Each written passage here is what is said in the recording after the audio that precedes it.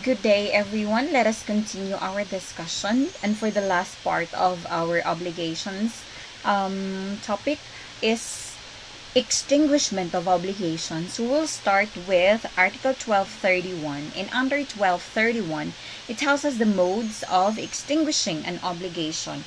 Ano ba yung extinguishment ng obligation? So ito yung mga kapamaraanan upang mawala o di kaya ay matapos ang isang obligasyon, di ba? So, according to 1231, one is through payment or performance. Ito yung pagbabayad or pagganap, according to the agreement. Second is by the loss of the thing due. Third, by condonation or remission of the debt. Ito yung pagbibigay ng kapatawaran o di kaya man pagbabaliwala sa mga utang. Number 4, we have through confusion or merger of the rights of the creditor and debtor. So, there is a merge or nagsasama sa iisang tao yung personality ni creditor at saka ni debtor. Yung pagiging umuutang at nagpapautang, nagiging isang tao na yun. So, it's one mode of extinguishing an obligation.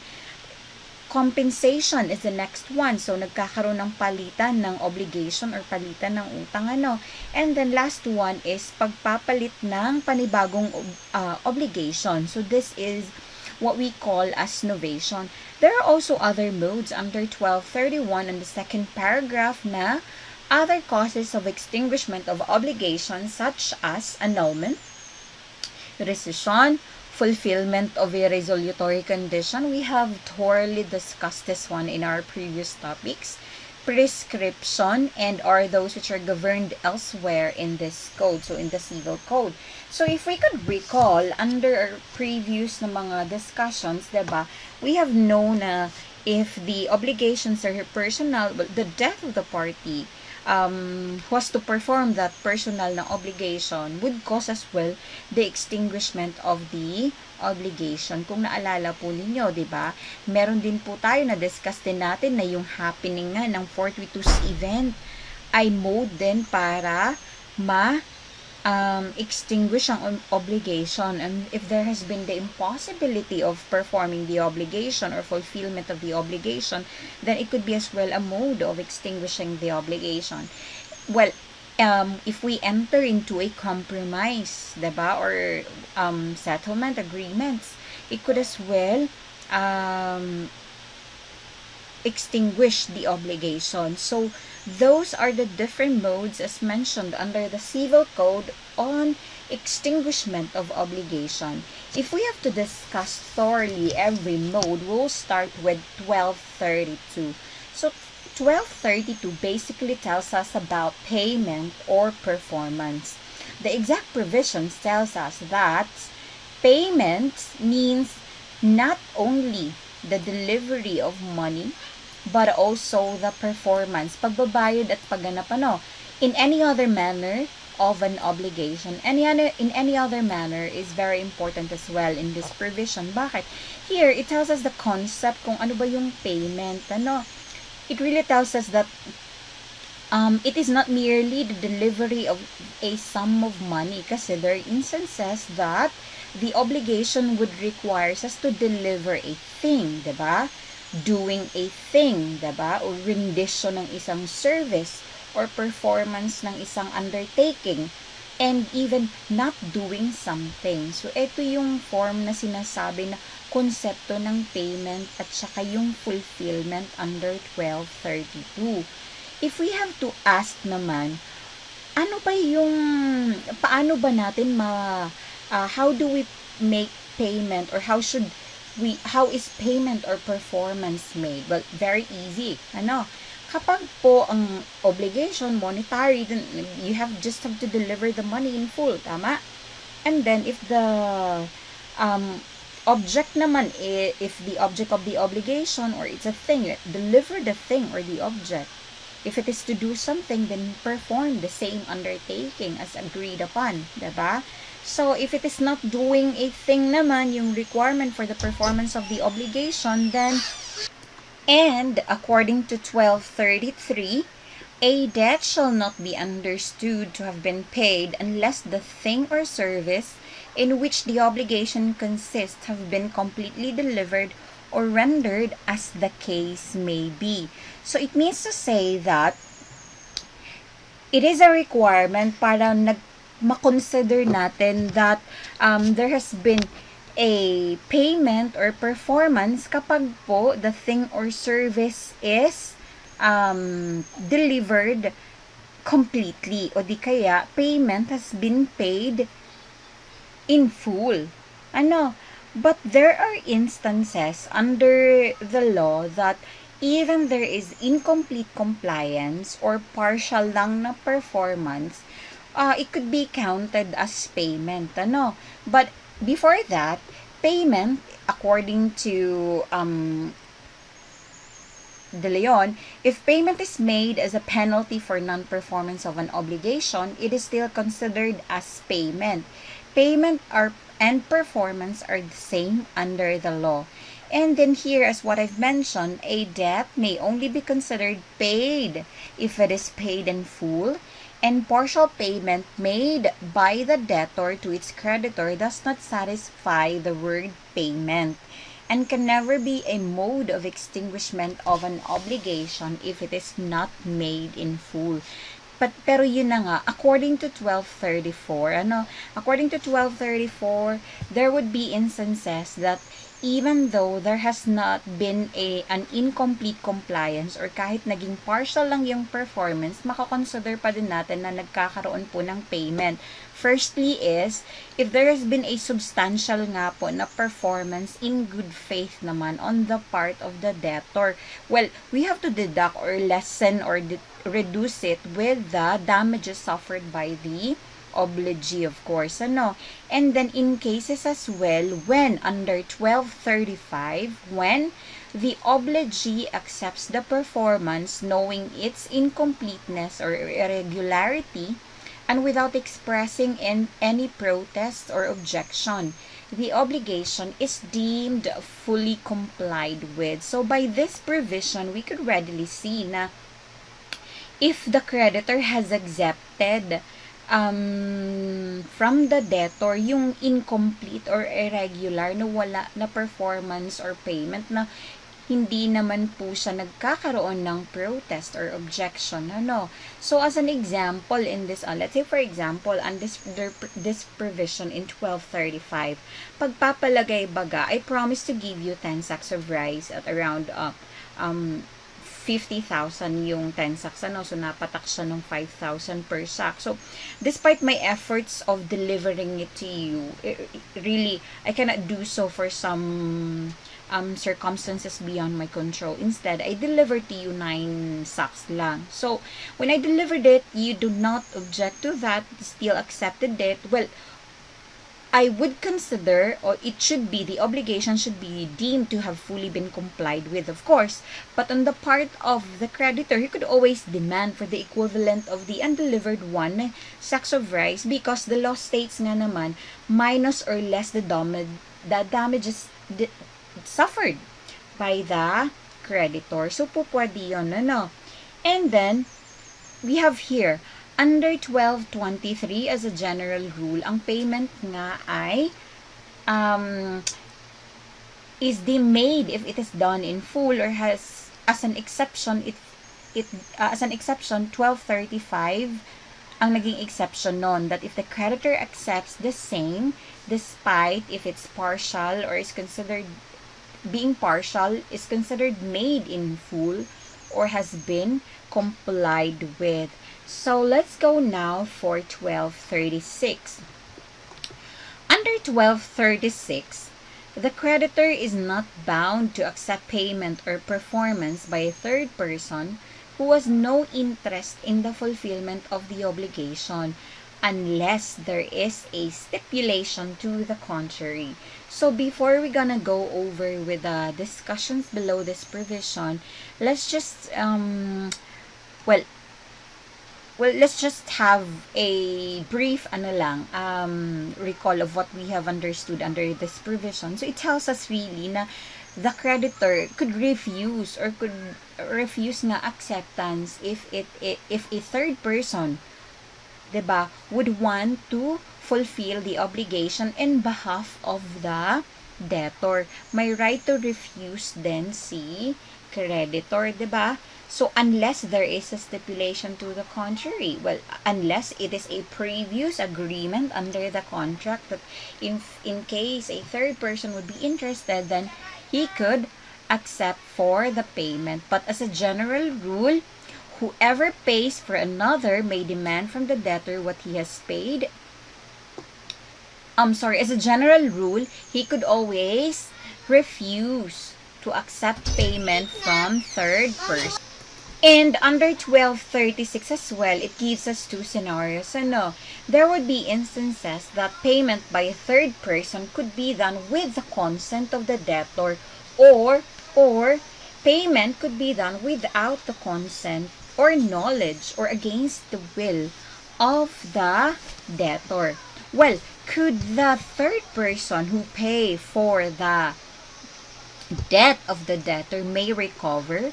Whoever pays for another may demand from the debtor what he has paid, except that if he paid without the knowledge or against the will of the debtor, he can recover only insofar as the payment has been beneficial to the debtor.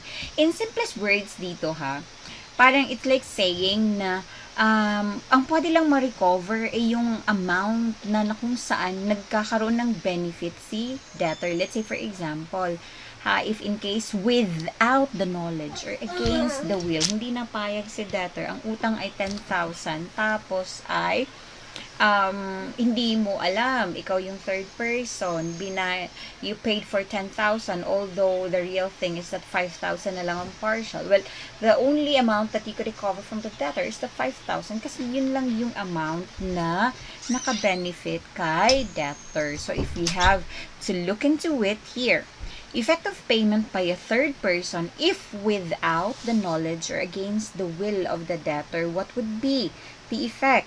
Well, the payor in this case, the payor, yung third person na nagbabayad, the payor can recover only insofar as the payment was beneficial to the debtor, And the recovery is only to the extent or amount of the debt at the time of payment. So, if the time of payment, if the remaining balance is only 5,000 according to my example, kasi nabayadan na partially ni creditor yung 5,000, well, yun lang po yung ma-recover ni third person kasi it's without the consent or against the will of the debtor. What if it is made with the knowledge of the debtor? Well, the payer shall have the right to reimbursement in those cases and subrogation kung applicable man ang subrogation. He could recover what he has paid and to acquire all the rights na meron si creditor by reason or by virtue of that obligation. Let's say for example, for example nito. Si debtor may utang kay creditor na 10,000, Tapos, ay meron yung pagpapalagay, may guarantor yun, si X. Pagdating ng due date, etong si third person ay binayadan niya yung utang ni ni debtor na wala namang consent ni debtor. Binayadan niya kay creditor na walang consent.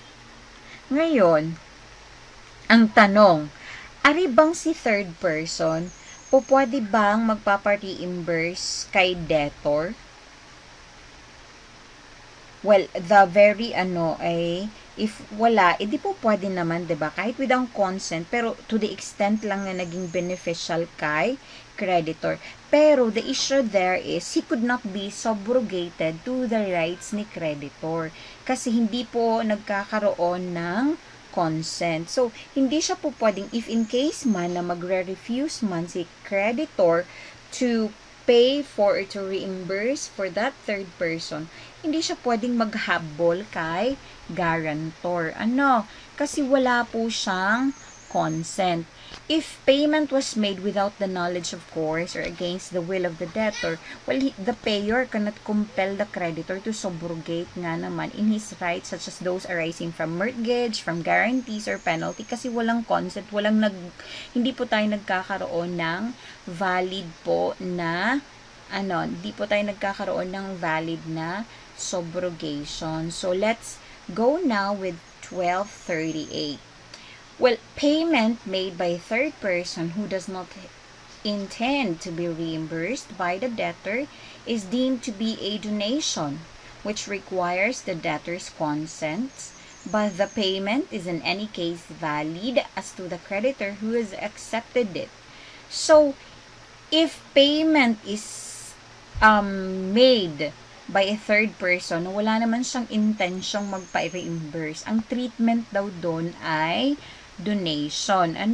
So, kailangan ang consent ni debtor. Kasi kailangan kasi sa donation yung acceptance na tinatawag from the donee or recipient ng donation. Nanggaling kay donor.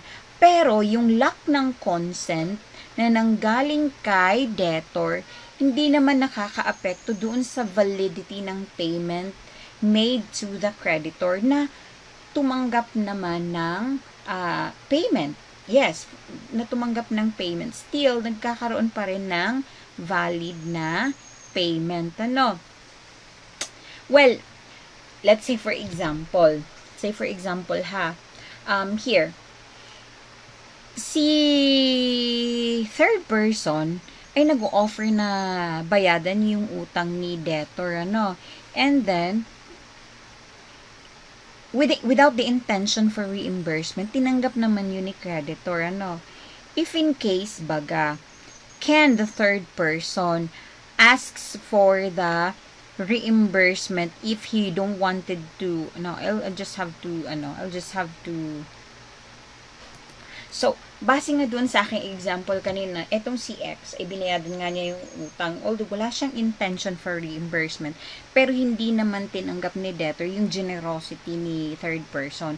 Pwede ba siyang magpa-reimburse? Oo naman, kasi hindi nga naman niya, pero on the extent lang na naka-benefit si debtor, so at the time of the payment. However, if si debtor naman, ini-accept niya yung generosity ni third person, well, he could no longer ask, of course, correspondingly, hindi niya pwedeng hingan ng reimbursement kasi the payment is considered as a donation. Here, I have another example. What if, aring si debtor, nangutang kay creditor ng 10,000 tapos bilang collateral ay yung kanyang land. And then, it would be payable at the end of the month. Ngayon, pagdating ng middle of the month, aring si third person, ay binayaran niya si creditor dun sa whole obligation ni debtor, na walang knowledge ni debtor.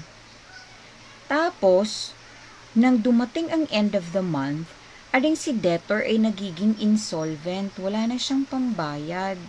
Diba? So, take note ang ating scenario. Nung umutang si debtor kay creditor ng 10,000, naka-collateral ang kanyang lupa na babayadan daw at the end of the month. However, nung kalagitnaan ng month, binayadan ni third person yung buong obligation na wala pong knowledge ni debtor. Nung end of the month na kung saan ang obligation ay due na sana, nagiging insolvent naman si debtor. Ngayon, ang tanong, can the third person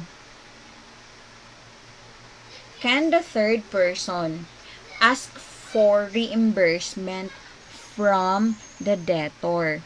Well, of course, it could no longer kasi insolvent na nga, diba? Pero, ang tanong, meron pa naman po siyang lupa, diba?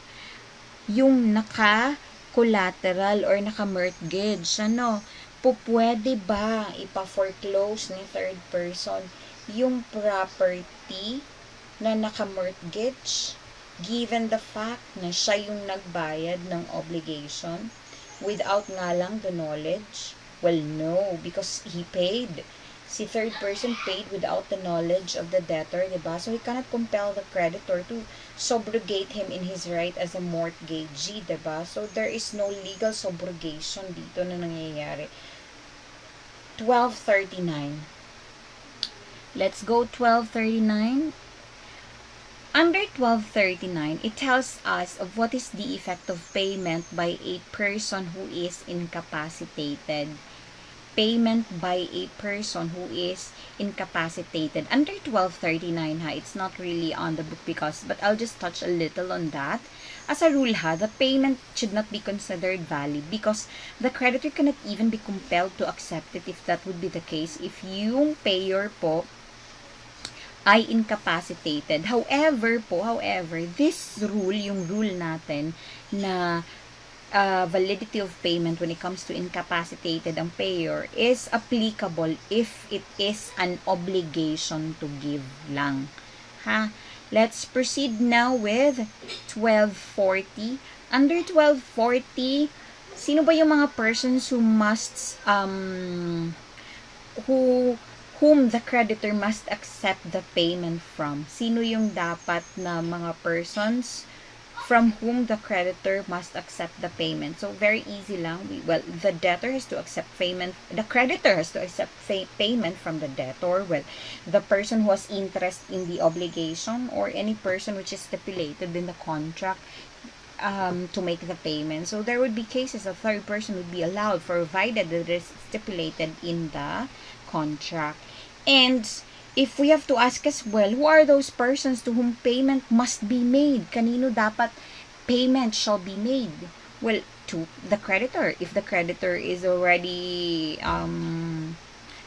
dead, well, the successor, diba? Successors in interest, or those persons who are authorized to accept for the payment. Let's proceed for 1241. Under 1241, it tells us that payment to a person who is incapacitated to administer his property shall be valid if he has kept the thing delivered or insofar as the payment has been beneficial to him. So take note payment made to a incapacitated person na hindi niya kaya daw i-administer yung kanyang property. Valid daw siya if he kept the thing delivered. Or insofar as the payment has been beneficial to him. So, in other words, kahit hindi natin, by this provisions, maintindihan natin agad na kapag daw po nagkakaroon tayo ng pagbabayad sa isang person na incapacitated na mag-administer ng kanyang property, valid pa din naman provided na kanya daw kinikip at saka yung payment ay nagbe-benefit sa kanya. Valid yun. And then, payment made to a third person shall also be valid insofar it has redounded to the benefit of the creditor. Such benefit to the creditor need not be proved in the following cases. If after the payment, the third person acquires the creditor's rights, iisa-isahin natin yan later. If the creditor ratifies the payment to the third person, or if the creditor's conduct, the debtor has been led to believe that the third person had the authority to receive the payment. So, in this provision, the law clearly states that payment made to an incapacitated person shall not be valid unless said incapacitated person has kept the said payment or has benefited with the said payment. The debtor may be made to pay again by the creditor's guardian or by the said incapacitated person himself when he acquires his capacity or recovers his capacity. So, let's say for example, so dapat requirement para yung maging payment po ng isang incapacitated person or an authorized person ay magiging valid, dapat ay he kept the thing delivered or it has been beneficial to the creditor. Tama ga? So, it's an example dito. Ano? Let's say, for example, etong si debtor may utang kay creditor na 100,000. Nung si debtor ay making payment, aring si creditor ay already of unsound mind. Ang ginawa ni creditor ay pinamigay niya lahat yung kanyang 100,000 piso sa lahat ng mga nakasalubong niyang kapitbahay. In those case ba, nagkakaroon po ba tayo ng payment? Well, no. Kasi ang requirement ng batas, it should be that the incapacitated person has kept it o di kayaman ay nagkaroon siya ng benefit. It's a different story if that unsound creditor, unsound mind na creditor, ay kanyang after the payment, ay itinago niya sa bangko. Ano? 'Di ba? O di kaya man ay nag-benefit daw sa kanya, ibigla siyang inatake noon. Tapos yung 100 ay bigla din naman niyang ibinayad sa mga hospital expenses. Ano? Yung nakakita, pinambayad nga naman doon sa kanyang mga hospital expenses. Well, it greatly benefited the creditor. In that case, there could be a valid payment under the scenario na kahit the payment was made during the insanity of the third person of the credit. So what would be the effect nga naman if the payment was made when the creditor was not of his unsound mind? So as a rule ang payment is considered nga invalid. Tapos yung guardian ng creditor could ask for the payment on behalf of the creditor if the latter or if in cases man kapag that creditor would recover from his incapacity, would have to request for another payment. Ano po?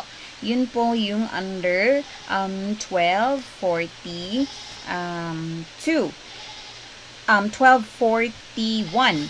Let's go now with 1244. Under 1244, it says that the debtor of a thing cannot compel the creditor to receive a different one, although the latter may be of the same value as or more valuable than the thing which is due.